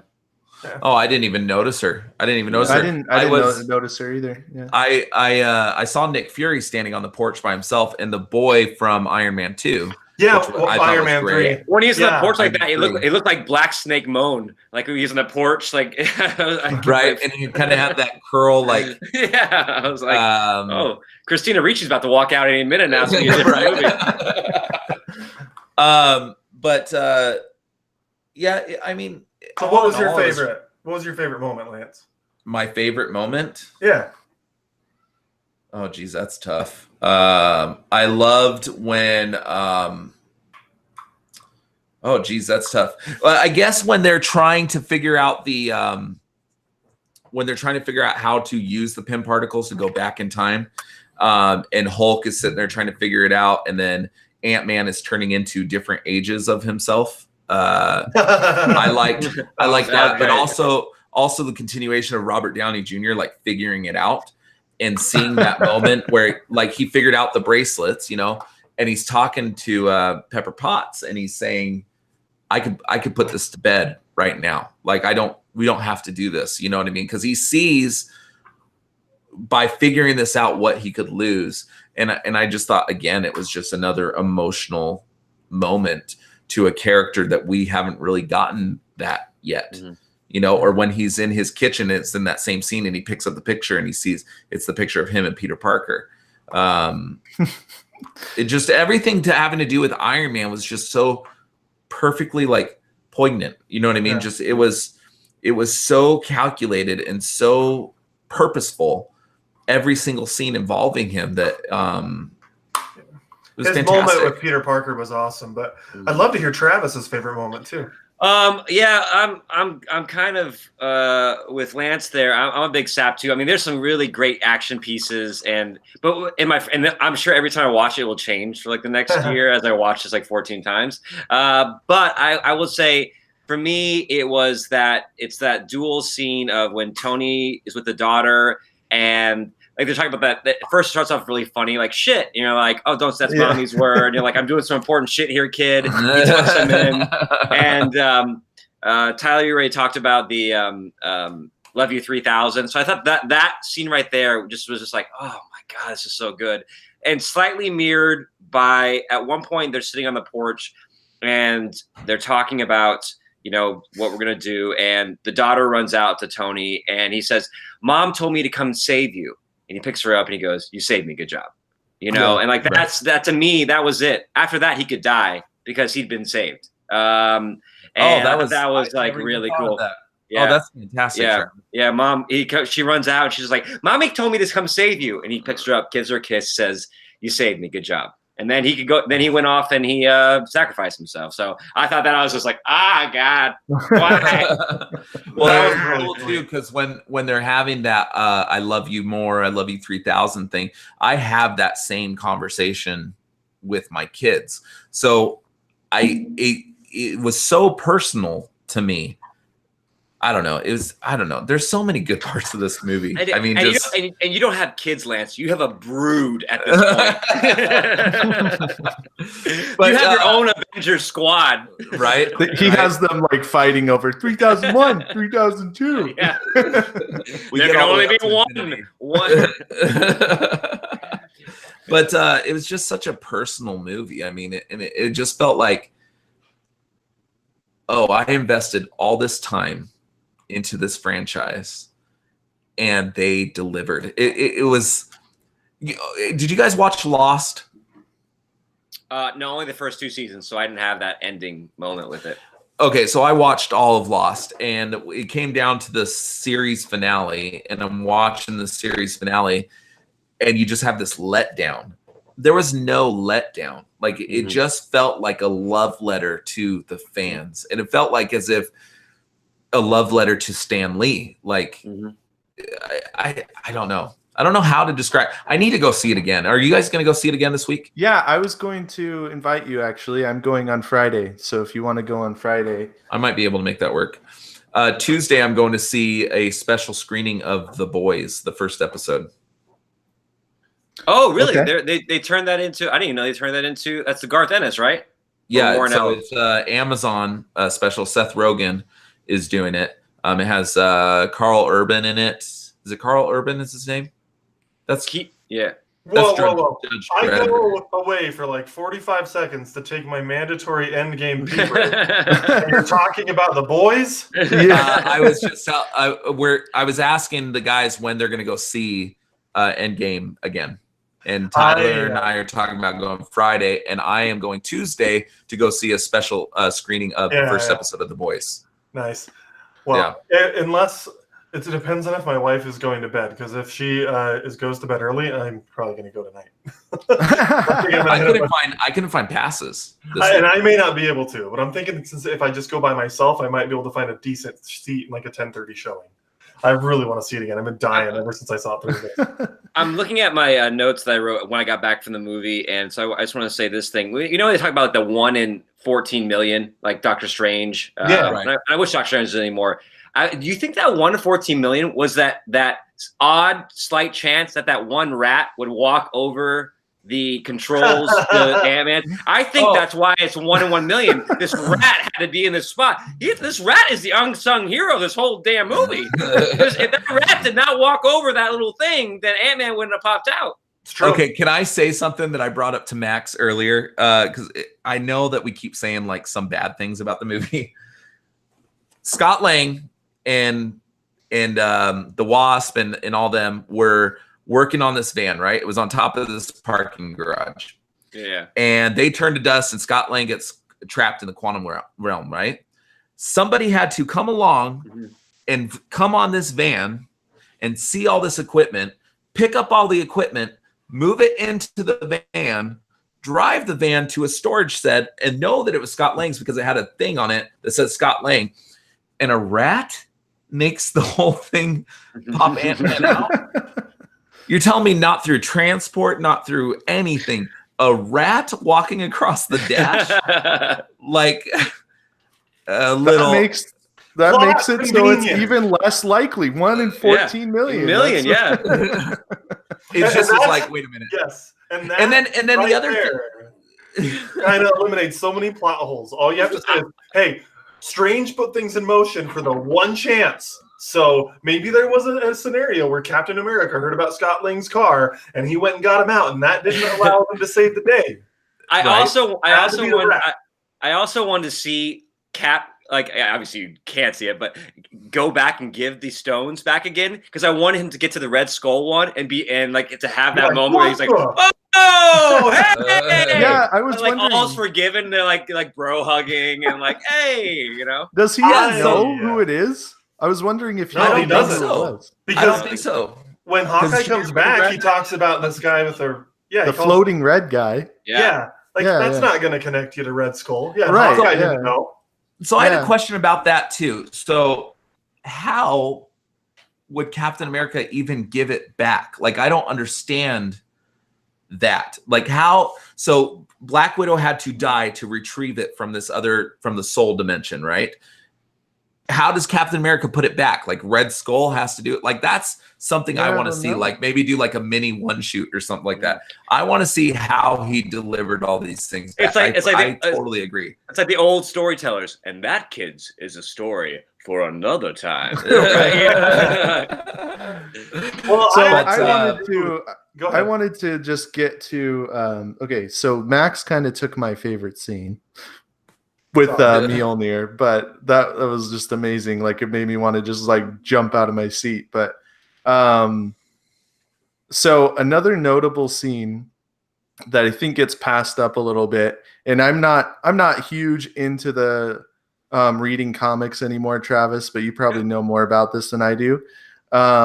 So I've seen a lot of articles about Captain America saying "Hail Hydra" in one of the recent Captain America comics, right? And I loved that how they incorporated that into the movie. A great scene. Yeah, that's a great scene. Like, everybody was just like, "Oh snap," you know. But then they were like, "Oh wait, hopefully Thanos isn't around." But it deflated the whole scene. Like, you think there's going to be this mimicking one from Winter Soldier, and it's just like, dude, I was trust me for him. Hail Hydra. That was awesome. I thought he was just gonna be like anybody who wants to get out, but Me too. but no, That's he a didn't great. do That's that. a great pick, Tyler. That's one you on your first viewing you usually kind of forget about, but in that moment that's a really good one. It's a pivotal moment too. Yeah. Like, Yeah. I mean, without him doing that, they would have never gotten the stone. But I don't know. Just First of all, I think Cap could have kicked that whole elevator's ass. Well, yeah, he did it once. Yeah. He already did it. Yeah, that's true. Yeah. And now he's more worthy. He's more worthy now than he was before. So, but he's a little older, and we know how that works, guys. Because I don't know about you, but when I stood up at the end of this movie, I was like, I feel like 3 hours. I was like, oh, Cap got me. So another great moment right after that, and right before that, is when Captain America realized that his is America's ass. That's great. Right. That was hilarious. Right. That was awesome. That is America's, yeah. He also sweared. He also sweared in the movie. Yeah, I He was said like, a naughty language. word. Yeah. He said a naughty Language word. gets a little salty. Yeah. Okay, also though, a great notable scene right at the end that made me so excited for the next Guardians of the Galaxy. I loved the dynamic with Chris Pratt and Chris Hemsworth, just like, oh yeah, no, you're in charge, like. So do you think Thor will be in Guardians 3? Oh yeah. Yeah, I think so. I think that's what awesome. It seems like it's setting I up think for. that's a great addition to that team. And I want to see a lot of scenes with him and Drax. He said Thor said as Guardians of the Galaxy. And I was like, did you say as Guardians? It was a subtle like as Guardians of the Galaxy. And I was like, oh, as Guardians. Smashing it together like very subtly. Yeah. So now that we've talked about Guardians of the Galaxy, was there anything so there was one thing that would kind of disappointed me a little bit, and it seemed like through that whole this is like the 5th time you said there was one thing that disappointed. Well, now that we're thinking about it, but did it seem like the Guardians of the Galaxy were kind of like an afterthought through that whole fight? Yeah, they were. Yeah, but I mean, you had so many characters; they couldn't all get their moment. Guardians had a lot of time in Infinity War. They had a lot of screen time in Infinity War. I think they had a trade-off like that with some of the characters. Like this person's going to get a lot of time in this movie and not so much in this movie. Yeah, like Drax didn't have a single line, I don't think. Groot was like one line, maybe. You barely saw him. It was at the end when he was in the ship.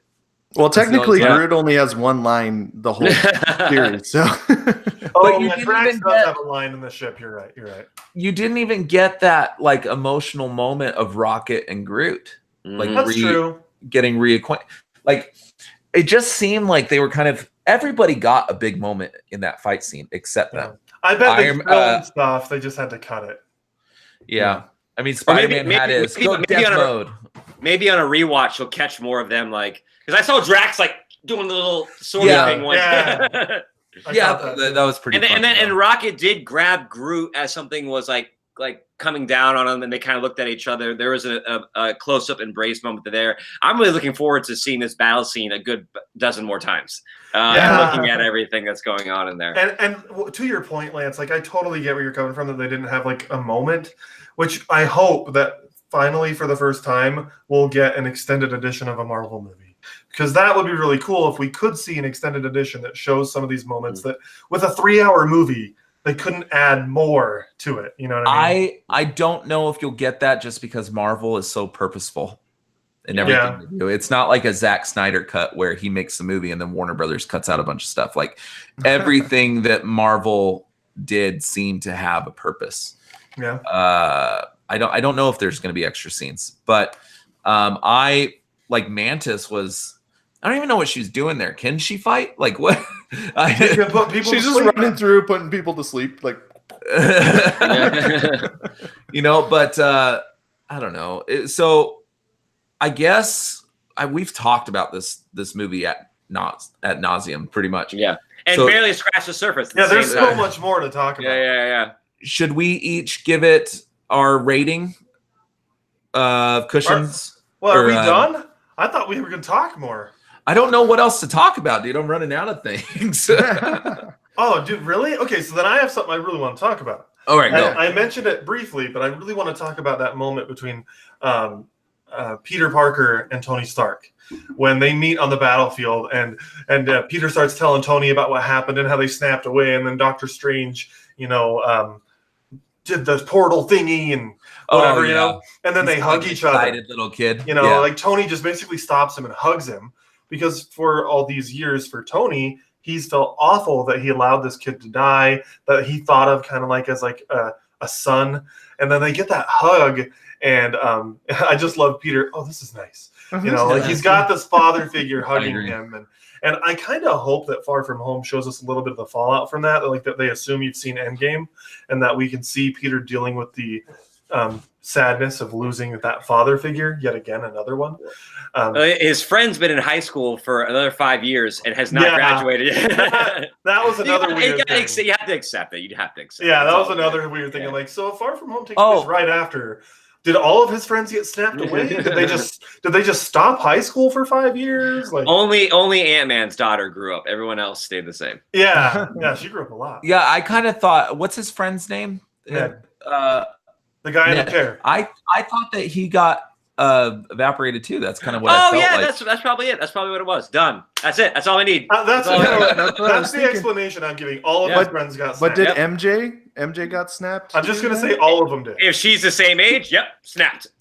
It'd be awesome if Flash didn't, and now he's like this big dude, and you show him working at like the local. He's working at the local 7-Eleven. Well, like he's in the trailers and he's not. So I know you guys got to wrap up soon, probably. But what did you guys think about Hulk? We haven't talked about the combination. Well, that was another thing I wanted to talk about. That's why I'm saying there's so much more to talk about. I wanted to talk about Professor Hulk, and I wanted to talk about that moment with the Sorceress Supreme, and kind of like what they were talking about there, and how much trust she had in Doctor Strange before she had even met him, like in life. That was a cool moment when that's all it took to convince her, was saying Doctor Strange gave the Time Stone up willingly. She's like, wait, what? And then all of a sudden she snaps out of arguing. Yeah, I love that. I thought that was really cool, where she's like, here, take it. She would have never known about any of this because she dies before it even happens. So she said, this is the point where I can't see anything after. She says that in Doctor Strange. This is the point where I always die. I don't know what comes after. So she wouldn't have ever known that Doctor Strange gave Thanos the thing. So it's kind of like you could see the realization in her face. But I thought that her character was likable, more likable in this than in Doctor Strange. I agree. Speaking of more likable characters, I would say that Captain Marvel was more likable in this movie. Her haircut was comic accurate. It looked goofy, but I liked it. I thought it was cool. I loved it. I call her Captain Bieber now.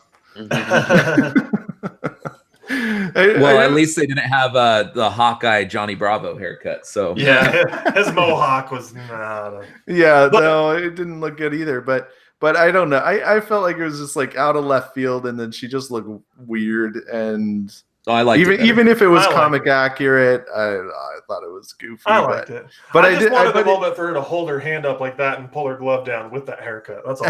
It was fine though, because like they were able to make it comical with like Rocket kind of like poking fun at her a little bit, so like it wasn't a big deal, but I thought she looked a little goofy. But let's go back to what Travis asked. Professor Hulk.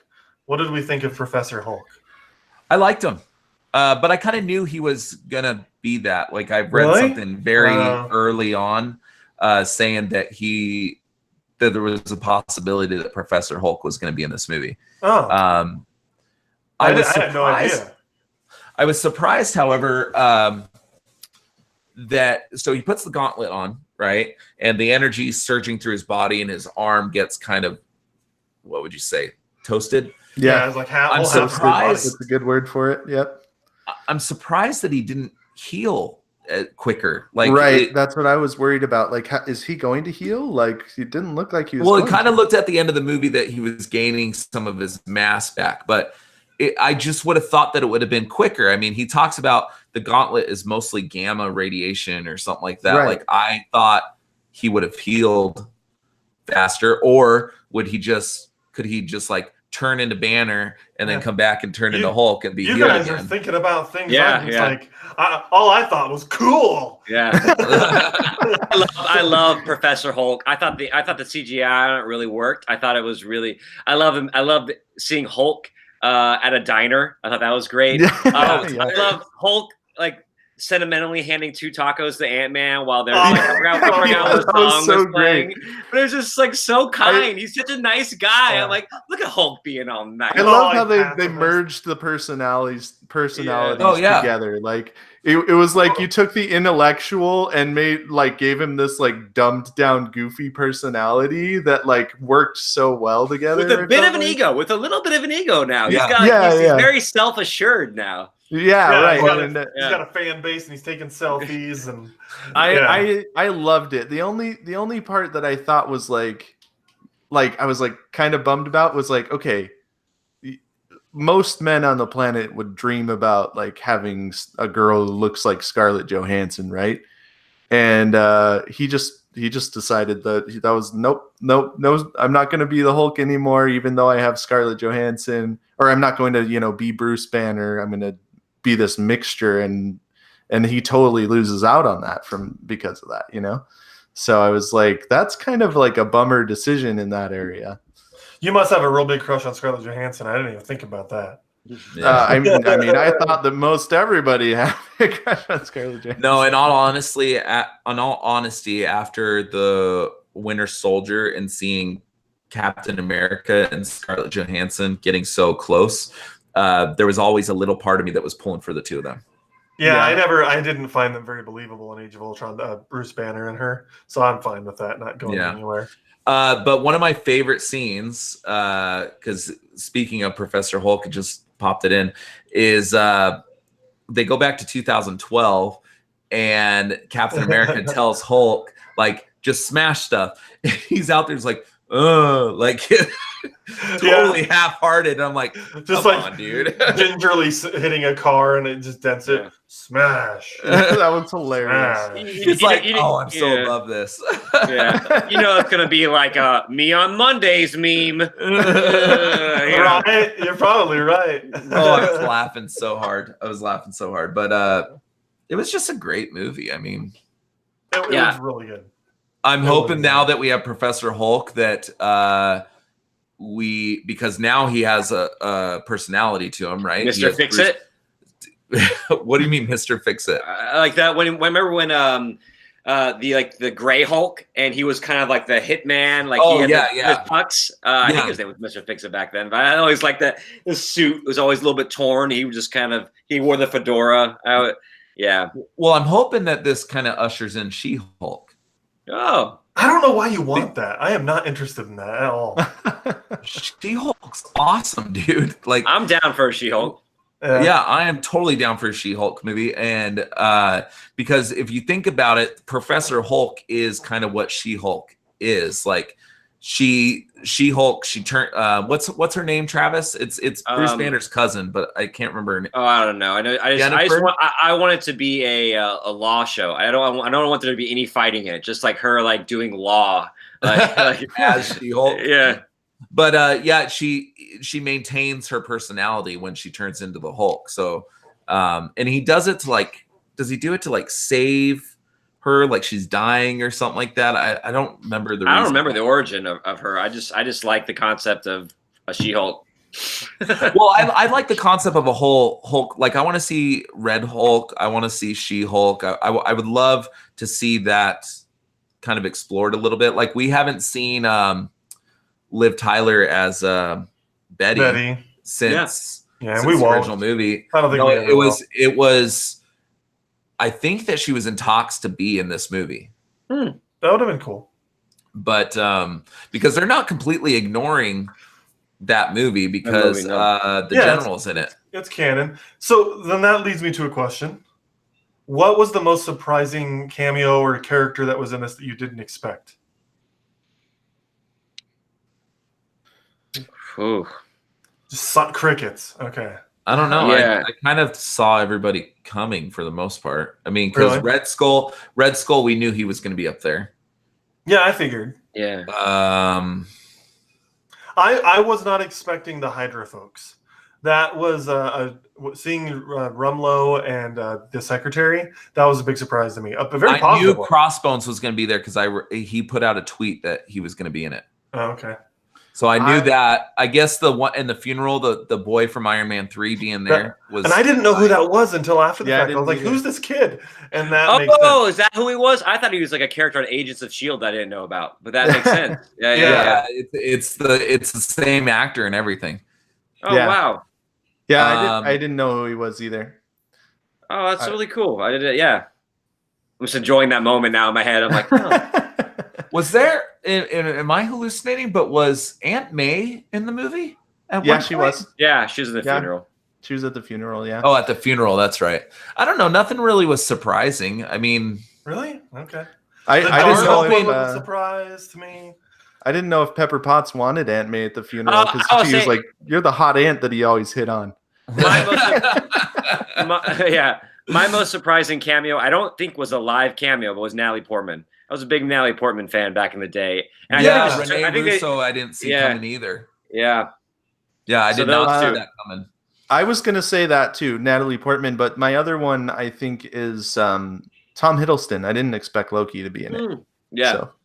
Well, I kind of knew he was going to be in it because some set photos leaked about a year ago where it showed them in the old 2012 Avengers costumes. So it kind of said like, oh, this, we always kind of knew that there was a time travel element and that they would be going back to that time period. So I kind of assumed that Tom Hiddleston is going to be in it. What I don't understand, I guess what you should say is not what's my most surprising cameo. It's who am I most surprised wasn't there. And I think it would be Gamora coming back, Loki coming back, or Vision. We didn't see any three of those like them come back. Like I assumed, but again, it talks about the past can't change. Well, we got confirmation that you can't come back from the Soul Stone, like being killed as a sacrifice. That's permanent. Because I thought she'd come back too. I figured anyone that died and was like snapped away was trapped in the Soul Stone. That's what I assumed, and I thought that Gamora being killed for the Soul Stone was also going to be trapped inside. So that was a surprise to me, and it was kind of interesting that they confirmed, no, if you die sacrificing yourself for the Soul Stone, you're dead. But I think we are going to see Gamora again because at the end of the movie, he's searching for her. I think she is out there. Really? I'm surprised that we didn't see Loki or Vision because we're getting TV shows of these two people. Well, if she's out there, then that could mean that Black Widow's out there. If it doesn't actually kill them. You know? Well, no, she's from the alternate, the earlier reality. self. Yeah. Okay. Yeah. So the other thing I was surprised too is that he puts all the stones back in their time because of what they could do to the fractured timeline, right? But I don't understand. Here it comes. I don't understand why did he have to put the Soul Stone back? Why couldn't they have kept that and brought back Vision? Because they had to return all of them. Otherwise, it would have caused splinters. But what would the splinter have been by not returning the Soul Stone? It's the only one that I can't figure out what's the importance of not returning that one. What's her name? The Sorcerer Supreme says all stones have to exist because they create the timeline. So if you remove one stone, are we in the same? Yeah. Remember, she has that whole thing. She says take away one stone, and then the timeline splinters, and like they can't protect the universe from dark forces if they don't have all of them existing. But they say your past is like you going back into the past is actually your future. You can't change anything. That's so true. By taking it out, like how does it splinter? It makes no sense. But like I told Tyler, you can't make a movie about time travel without discovering paradoxes. It just doesn't work. Every single time travel movie ever made has a paradox. Which is why when you guys were texting back and forth earlier, I was like, guys, stop it. It's a time travel movie. Just enjoy it. And that's what I was initially saying is that I had an issue with that part, but it wasn't a big deal because most of the whole movie was some of the best well-explained time travel theory that I've ever seen, and it was very consistent with how they treated everything. And so a minor inconsistency didn't bother me very much. it just made it so, like I was a little bit confused for a second. Yeah. But I still loved it. Like overall, like I still like everything was like, okay, I can just throw that to the side. That doesn't make a big difference, and it was still great. Disbelief, yeah. Do you think did they say anything about that? Just removing the stones would create a splinter? Yeah, she said if you remove one stone. But is it just the stones? But it's not like if I go back in time and Leah Graham or whatever her name is my mom, and what's her name? Leah. I don't know who that is. Back to the Future. What's Michael J. Fox's mom in Back to the Future? God, I don't remember. I don't know her name. Would going back to mom? Yeah, McFly's mom. Going back in time and getting with my mom or whatever, like Michael J. Fox almost does. If that creates a splinter, or if it's just having to do with the stones. All I know is that Ant-Man said Back to the Future was bullshit. And then in this movie, so like, they have. I love how someone uttered the movie title "Hot Tub Time Machine" like this big. It was awesome. The people in Hot Tub Time Machine like, oh, we just like. Yeah, that was great. This was the most refreshing take on a time travel story that I've seen in a long time. It was very different, and I loved it. Like, I feel like we've come to accept this idea of if you go in the past and mess with things, it's going to change the future. And they went in with this idea of no, the past is the past, and it's set. You can't change the past.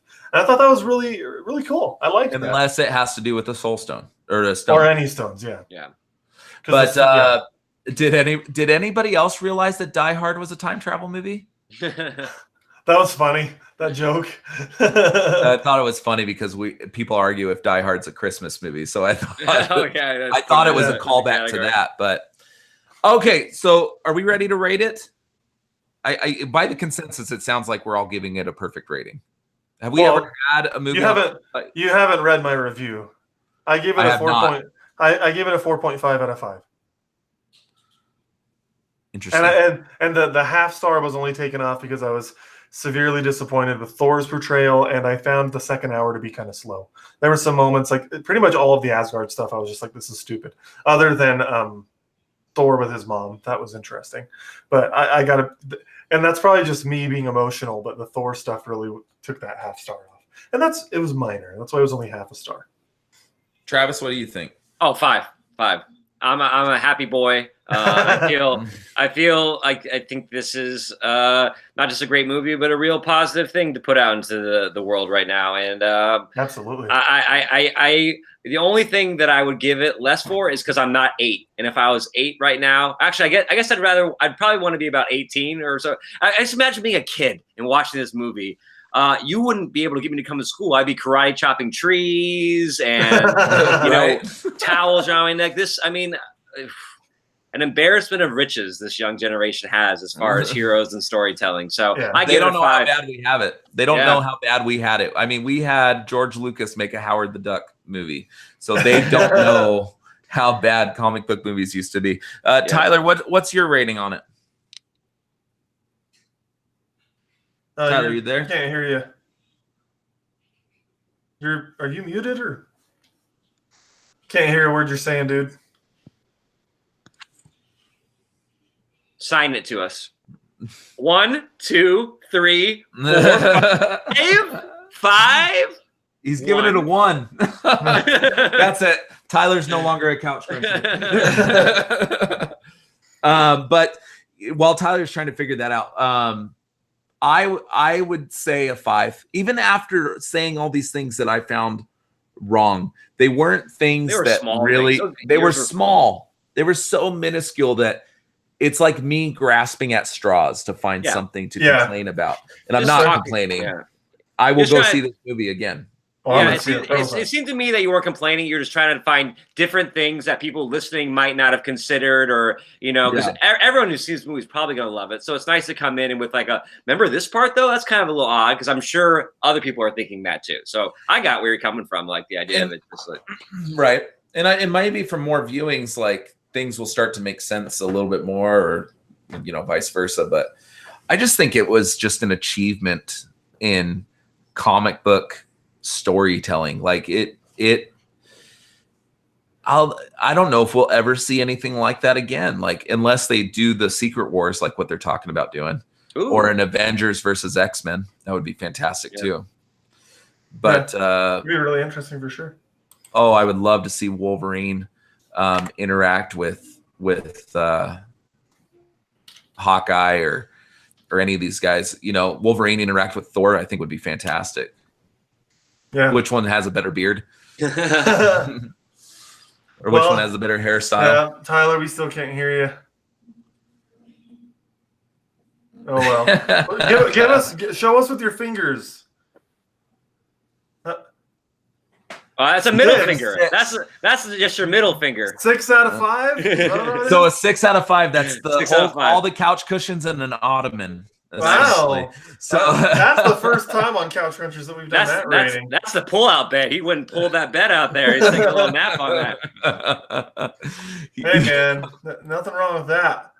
But Tyler, just make it go off of your computer mic or something. Oh, we're about to wrap up anyway. So I don't know. So we got some news. So I'm going to be doing a crossover live podcast, I guess you could say, for Comic Book Day.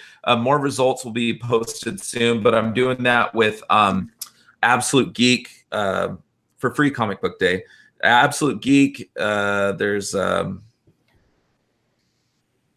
Comic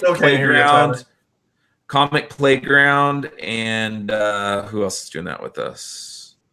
Comic Playground, Nerd with Balls, Comic Chronicle, and us. So we're going to do a live podcast, I guess. So the details are still coming out, but it's going to be live at a comic book store for free Comic Book Day. That's awesome. We're going to be doing that with our buddies, kind of like an AZ Nerd Net event, I guess. I've heard, so I know the guys from Nerd with Balls indirectly, and I hear he's a really nice guy, so I'm excited to finally meet him. And then we, Tyler and I, at the end of May, are doing Phoenix Fan Fusion. So with Sam and Matt and Kyle from Absolute Geek, and I think we're trying to get Josh into that too. Travis, Josh is. If he can do it, then he would definitely do it. I just know his schedule's crazy. Yeah, his schedule's crazy. But in case you guys don't know, Josh is Travis's counterpart on the Comic Exposure. Yeah. But and Josh is an awesome guy, and so whoever we can have, it'd be great to have. But there's one that I'm really excited about that Sam thought up, where we are going to be taking popular scripts from shows Tyler, like Parks and Rec. Hey. Yep. Still no sound. Oh, I can hear him. All right, guys. I want to give my Avengers review. But we're going to be taking popular scripts from TV shows and reenacting those scripts as comic book characters. So we're going to do that's cool. We're going to do a Parks and Ragnarok. Gotcha. That's cool. So, and it's going to be a lot of audience participation. The other one that I'm doing with Matt and Kyle from Absolute Geek, because they're huge Walking Dead fans, we're going to do Action Stars versus The Walking Dead, where us three and a audience member are going to draft a team of action stars, not including Terminator, because that's not fair. And if they would survive through the world of Walking Dead, who would be most likely to survive through the world of Walking Dead? That's a great one. So we got some awesome stuff coming. And of course, we're going to do Tucson Comic Con in November as well. So lots of stuff coming down the pipeline. Wow. I'm super excited. And then Sam has been doing a great job. Travis, why don't you tell our listeners where they can find you, kind of what you guys have coming down the pipeline? Yeah, so comicexposure.com is our website. Basically, the website just houses our episodes, so you can go on there and flip through all episodes we have, and then you can go on iTunes or any of the major, podcasting, Stitcher and all that stuff. It's all on there, Comic Exposure. We just finished up a run of graphic trades and novels, so Josh and I are making our next list. And so we'll put that on our website, or Josh is really good about social media. He'll tweet it. We'll let you guys know in case you see anything on that list that you want to come and read with us. That'd be awesome. To figure out what we're reading, or if you have any suggestions on something we haven't read. like we're open to it. So just trying to create a place where people can come and feel like the stuff that means a lot to them also means a lot to some other people, and they're willing to put the time in to talk about it. And so, thanks again for having me on today, guys. I did find out too that if you go to your Google Home or Alexa speaker and you say play Comic Exposure, that your guys' podcast does come up. Ooh, nice. That's Very cool. good. Just do that. Do that. So that's how I listen to you. I just walk up to my Alexa speaker, say what I want to listen to, and your guys' podcast comes up. Perfect. No, and that works with Couch Crunchers as well. If you just say play Couch Crunchers podcast, it'll come through. So that's cool. I'll have to look into that on the Google. Yeah. So since I still can't hear Tyler, so he said he wants to give. I'll translate. So Tyler wants to give his overall group. We know he gave it 6 couches. Let's hear a little more. Go ahead, Tyler. Thanks for the intro, Travis.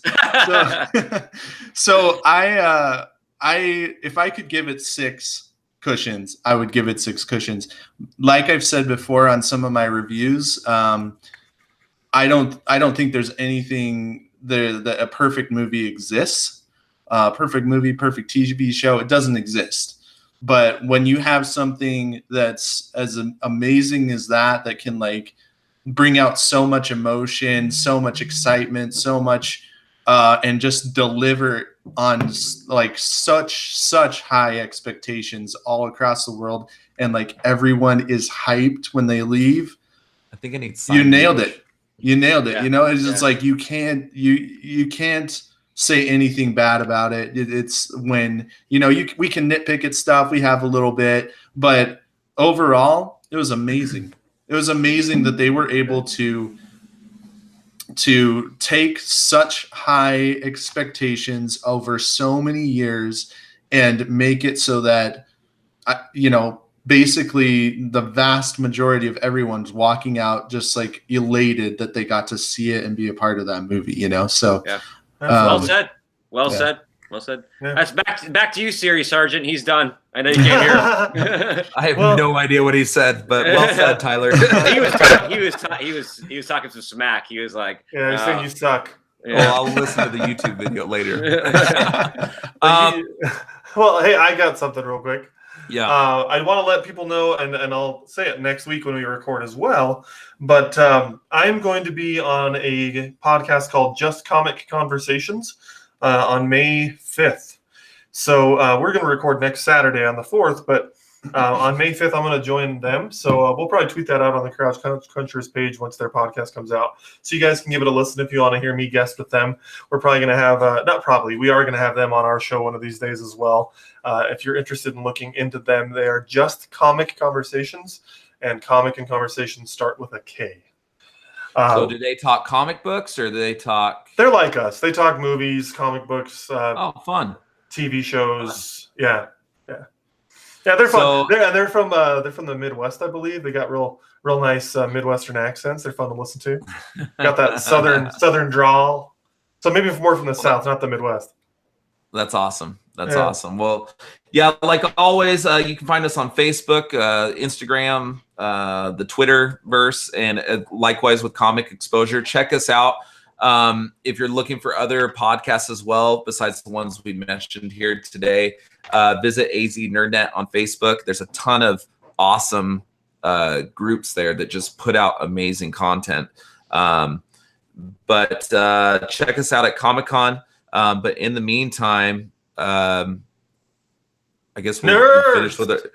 Geeks! Dorks! Unite! I don't know. I can't hear Tyler. Let's do that again. I'll start. All right. Nerds. Dorks. Geeks. Unite! Still not great, but that's all right. Bye, guys. Bye. We'll see you next week.